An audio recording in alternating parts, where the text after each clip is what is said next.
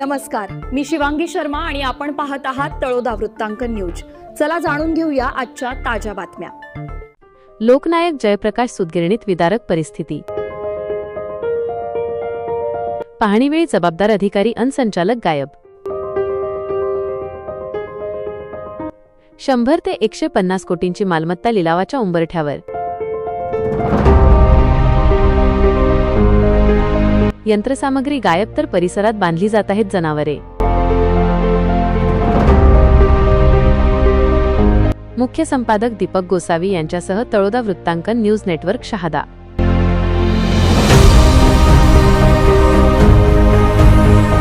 नमस्कार प्रेक्षक हो, शहादा तालुक्यातील उंटावद होळ येथील लोकनायक जयप्रकाश सहकारी सूतगिरणीच्या येत्या जुलै 22 रोजी होणाऱ्या ऑनलाईन लिलावाच्या पार्श्वभूमीवर सोमवारी परिसरातील शेतकरी व सभासदांनी सूतगिरणीची प्रत्यक्ष पाहणी केली।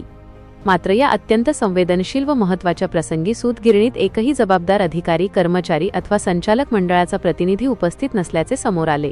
कोट्यवधी रुपयांची संस्था लिलावात निघत असताना प्रशासनाची ही बेफिकिरी पाहून उपस्थित सभासद आणि शेतकऱ्यांनी तीव्र संताप व्यक्त केला। सभासदांनी सूतगिरणीच्या मुख्य इमारतीसह संपूर्ण परिसराची पाहणी केली असता अत्यंत धक्कादायक आणि विदारक चित्र निदर्शनास आले। एकेकाळी वैभवाच्या शिखरावर असलेल्या आणि सुवर्णकाळ अनुभवलेल्या या सूतगिरणीतील अनेक मौल्यवान यंत्रसामग्री, सुटे भाग आणि इतर साहित्य सध्या जागेवरून गायब असल्याचे आढळून आले। एवढेच नव्हे तर संस्थेच्या अथांग पसरलेल्या परिसरात ग्रामस्थांकडून जनावरे बांधली जात असल्याचे विदारक वास्तव समोर आले आहे। ज्या वास्तूने हजारो शेतकरी आणि कामगारांना रोजगाराचा आसरा दिला, त्या कोट्यवधी रुपयांच्या मालमत्तेची झालेली ही दुर्दशा पाहून सभासदांचे डोळे पाणावले। सूतगिरणीच्या सध्याच्या कर्जबाजारीपणाबाबत आणि प्रत्यक्ष आर्थिक स्थितीबाबत माहिती घेण्यासाठी सभासदांनी अधिकाऱ्यांची शोधाशोध केली, मात्र त्या ठिकाणी माहिती देण्यास सक्षम असलेली एकही व्यक्ती उपलब्ध नव्हती। कार्यकारी संचालक आजारी असल्यामुळे उपस्थित राहू शकले नाहीत असे सांगण्यात आले। विद्यमान संचालक मंडळातील एकाही प्रतिनिधीने सभासदांना सामोरे जाण्याचे धाडस दाखवले नाही। त्यामुळे सूतगिरणीवर नेमके किती कर्ज आहे, लिलावाची मूळ रक्कम किती आहे आणि संस्थेची प्रत्यक्ष आर्थिक परिस्थिती काय आहे याबाबत सभासद आणि शेतकऱ्यांमधील संभ्रमाचे वातावरण अधिकच ताणले गेले आहे।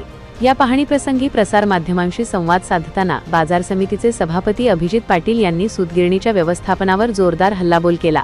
लिलाव प्रक्रिया आणि सूतगिरणीचे भविष्य याविषयी बोलताना अभिजित पाटील यांनी पुढील रणनीती स्पष्ट केली। जुलै 22 रोजी राष्ट्रीय सहकारी विकास निगम बँकेमार्फत ऑनलाईन लिलाव प्रक्रिया पार पडणार आहे।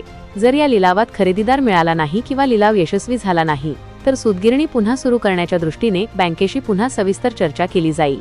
सूतगिरणी वाचवण्यासाठी देशाचे केंद्रीय सहकार मंत्री, राज्याचे मुख्यमंत्री आणि सहकार मंत्री यांच्याशी थेट संपर्क साधून ही संस्था पुन्हा कशी उभी करता येईल यासाठी विशेष पॅकेजची मागणी केली जाईल। सूतगिरणीची वास्तविक आर्थिक स्थिती, शिल्लक मालमत्ता आणि कर्जाचा तपशील सभासद, शेतकरी व कर्मचाऱ्यांसमोर तात्काळ उघड करावा, अन्यथा या संपूर्ण गैरकारभाराविरोधात न्यायालयात कायदेशीर लढा उभारला जाईल। लिलावाची प्रक्रिया राबवणाऱ्या एनसीडीसी बँकेचाही एकही अधिकारी पाहणीवेळी उपस्थित नव्हता। त्यामुळे बँक प्रशासन आणि स्थानिक संस्था मिळून शेतकऱ्यांची उपेक्षा करत असल्याची भावना उपस्थितांमध्ये निर्माण झाली। पाहणीच्या वेळी सभासदांमधील वाढता संताप लक्षात घेता कोणताही अनुचित प्रकार घडू नये यासाठी सूतगिरणी परिसरात पोलीस बंदोबस्त तैनात करण्यात आला होता। या पाहणी प्रसंगी शहादा तालुक्यातील प्रमुख शेतकरी नेते, सूतगिरणीचे सभासद, माजी कर्मचारी आणि नागरिक मोठ्या संख्येने उपस्थित होते। या संपूर्ण पाहणी दौऱ्यामध्ये एक गोष्ट अतिशय प्रकर्षाने जाणवली की एवढी मोठी वास्तू, याच्यामध्ये जुने जाणकार देखील अनेक लोक इथं आहेत। सूतगिरणीच्या जेव्हा चांगल्या काळामध्ये ज्या गोष्टी सुरू होत्या, मग जिनिंग असेल, त्या सर्व मशिनरी विकल्या गेलेल्या आहेत।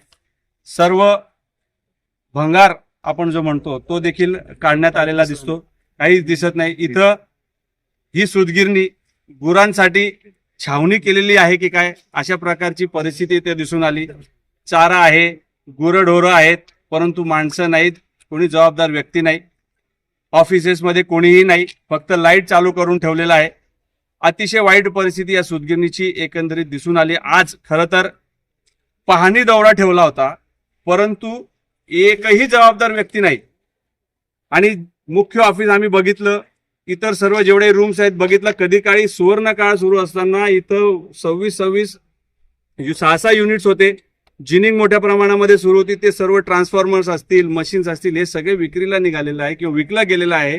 कोणी विकलं, काय विकलं याच्या बाबतीमध्ये अनेक लोकांचे मतप्रवाह आहेत, परंतु एकंदरीत असं दिसतं की अतिशय बेजबाबदारपणे ही सूतगिरणीचा कारभार मागच्या अनेक वर्षापासून सुरू आहे आणि म्हणूनच आज लिलावापर्यंत ही परिस्थिती आली.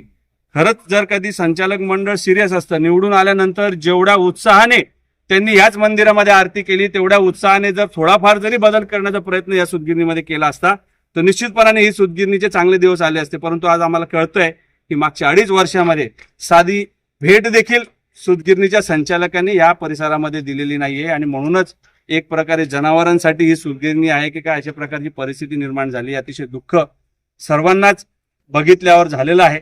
त्यामुळे भविष्यामध्ये देखील काम करत असताना, पुन्हा ही सगळी सूतगिरणी उभी करत असताना विद्यमान संचालकांनी थोडंफार तरी मनावर घ्यावं आणि आपल्या जबाबदारीची जाणीव ठेवावी, एवढंच मी सर्व सभासदांच्या वतीने आवाहन करणार आहे. धन्यवाद. आजसाठी इतकेच.